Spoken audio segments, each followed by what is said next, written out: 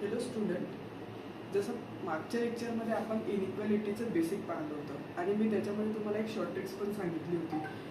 तर आज ते थोडं रिकॉल करू. मागच्या लेक्चरला आपण काय पाहिलं होतं आणि नंतर आपण नेक्स्ट इम्पॉर्टंट कन्सेप्टकडे जाऊ. तर एक एक्झाम्पल मी कन्सिडर करत आहे. Z is greater than G is less than or equals to P less than equals to Q. आणि एक सेकंड त्याच्यासोबत स्टेटमेंट आहे G is greater than equals to B less than U. आणि आपल्याकडे काही conclusions आहेत, 2 कन्क्लुजन्स आहेत. तर आपल्याला हे चेक करायचं आहे की हे कन्क्लुजन माझे बरोबर आहे की नाही. तर Z is greater than Q आहे. मी काय सांगितलं होतं मागच्या लेक्चरला, तुम्हाला जर प्रायोरिटी रूल आठवत असणार तर प्रायोरिटी अशी म्हणते की तुमच्याकडे ग्रेटर दॅन अवेलेबल आहे, greater than equals to available आहे आणि इक्वल्स टू अवेलेबल आहे. तर तुम्ही याच्यामध्ये हे तिन्ही सिम्बॉल जर स्टेटमेंटमध्ये प्रेझेंट असतील तर तुम्ही प्रायोरिटाईज फर्स्टला केलं पाहिजे, त्याच्यानंतर सेकंड आणि त्याच्यानंतर थर्ड.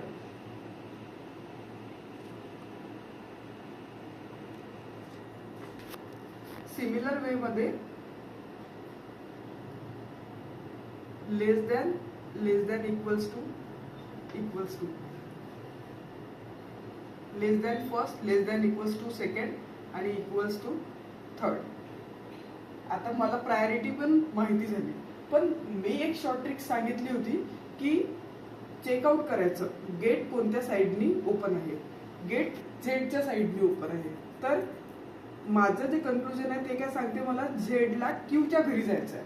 ठीक आहे, झेडला जर क्यूच्या घरी जायचं आहे तर मी हे स्टेटमेंट अरेंज करत नाही बसणार. मी डायरेक्ट झेड आणि क्यू शोधणार. माझा फर्स्ट एलिमेंट इथे आहे आणि माझा सेकंड एलिमेंट जो आहे तो पण इथे त्याच फर्स्ट स्टेटमेंटमध्ये. तर मला इथे याला अरेंज करायची काही एक गरज नाही. तर झेडला क्यूच्या घरी जायचं आहे. तर जेव्हा जायचं कोणाच्या घरी जर जायचं आहे तर गेट ओपन लागणार आपल्याला. तर आता इथून झेड जीच्या घरी जाऊ शकते कारण की इथे पण गेट ओपन आहे. परत जीला पीच्या घरी जायचं आहे, ते इथे गेट क्लोज असल्यामुळे जी हा पी कडे जाऊ शकत नाही.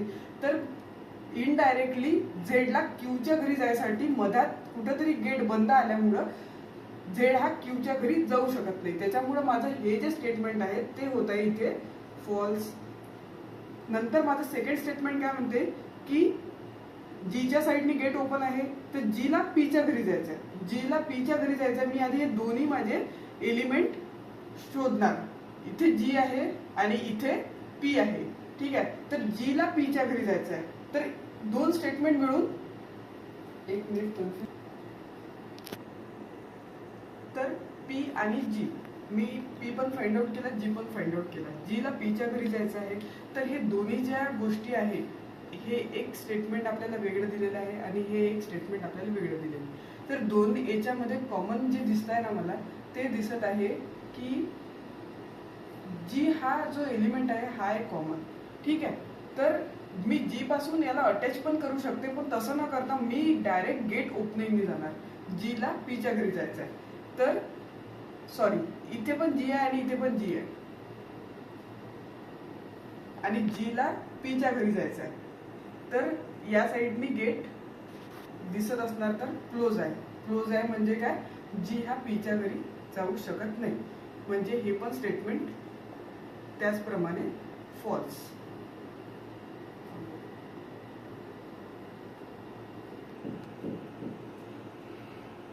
आता आपण थोड्या वेळानंतर एका प्रॉब्लेम वरून आधी काय पाहिलं ते रिकॉल केलं. आता आपण एक जे इम्पॉर्टंट केस आहे ना आपल्याकडे, आयदर ऑर, ज्याच्यामध्ये मोस्टली सगळ्यांना कन्फ्युजन होत राहते. आयदर ऑर ही कंडिशन बरेच वेळा जेव्हाही क्वेश्चन तुमच्या समोर येणार तेव्हा सिमिलर एलिमेंटमध्ये असते. म्हणजे जर असं एखादं एक्झाम्पल गिवन आहे, a is greater than b less than c. तर तुमचे जे एलिमेंट दिले जाणार ते तुम्हाला a is greater than or equals to c आणि a is less than c असे दोन्ही सेम एलिमेंट राहणार. 2 सेम एलिमेंट आणि त्याच्यामध्ये साईन डिफरंट. तर त्यावेळी तुम्हाला आयदर ऑर सहसा लावायचं असते. तर आयदर ऑरची कंडिशन म्हणजे काय की समजा माझ्याकडे x is greater than or equals to Y आहे, पण याच्यावरून कन्क्लुजन हे फाइंड आउट करत आहे की x is greater than y first, आणि सेकंड म्हणत आहे x is equals to y. ठीक आहे. तर जेव्हाही greater than or equals to असते किंवा less than or equals to असते तेव्हा दोन्ही कंडिशन ऑर मध्ये सॅटिस्फाय होतात. म्हणजे नुसतं ग्रेटर दॅन म्हणताय मी, ही पण माझी फॉल्स होणार, आणि नुसतं इक्वल्स टू म्हणत आहे मी तरी पण हे फॉल्स होणार.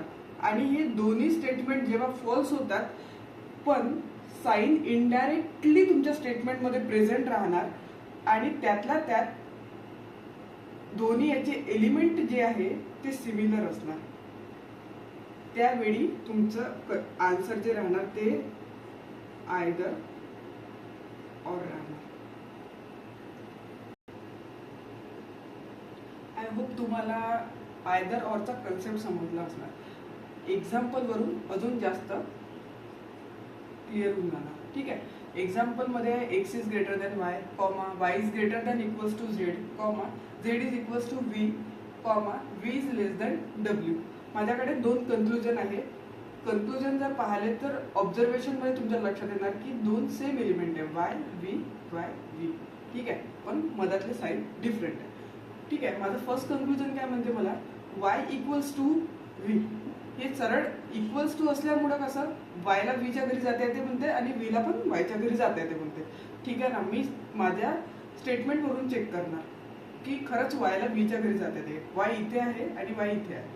तर माझा जो मला जे वाय आणि व्हीला जोडायचं आहे ते मी या दोन स्टेटमेंट वरून जोडू शकते. ठीक आहे. वायला झेडच्या घरी जाता येते, झेड कुठे आहे मग, नेक्स्ट झेड इथे, झेडला व्हीच्या घरी पण जाता येते, दोन्ही याला एकमेकांच्या घरी जाता येते.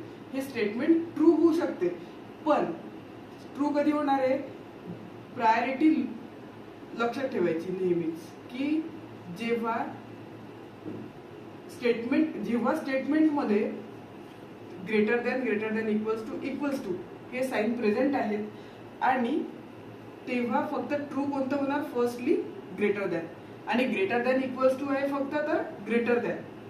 ठीक आहे. आता इथे ग्रेटर दॅन इक्वल्स टू आहे आणि इक्वल्स टू आहे, तर इथे मी y greater than equals to V हे माझं स्टेटमेंट ट्रू होणार, पण वाय इक्वल्स टू व्ही होणार नाही, कारण की याच्यापेक्षा ग्रेटर दॅन इक्वल्स या साइन पेक्षा या साइनला इम्पॉर्टन्स जास्त आहे, आणि V is greater than equals to V true आहे, म्हणजे V is equals to V हे माझं फॉल्स होत आहे. ठीक आहे. आणि व्ही इक्वल्स टू व्ही जर फॉल्स होत आहे, सायमल्टेनियसली मी सिमिलर वे मध्ये Y is greater than V हे तर साइनच प्रेझेंट नाही आहे या दोन मध्ये. ठीक आहे. हे वायला झेडच्या घरी जाता येते, झेडला व्हीच्या घरी जाता येते, हे स्टेटमेंट ट्रू होत आहे आपलं, पण वायला व्हीच्या घरी जाताना हे जे साइन प्रेझेंट पाहिजे होतं आपल्याला, हे साइनच याच्यामध्ये प्रेझेंट नाही आहे. तर साइन प्रेझेंट नाही आहे आणि त्याच्यापेक्षा लोअर हायरार्की प्रेझेंट आहे, त्याच्यामुळे माझं हे पण स्टेटमेंट सिमिलर वे मध्ये फॉल्स होत आहे. पण जेव्हा दोन्ही स्टेटमेंट फॉल्स होत आहे पण साइन दोन्ही प्रेझेंट आहे इनडायरेक्ट वे मध्ये स्टेटमेंटला, तर आणि दोन्ही एलिमेंट सेम आहे, तर माझं आन्सर काय राहणार, आयदर और.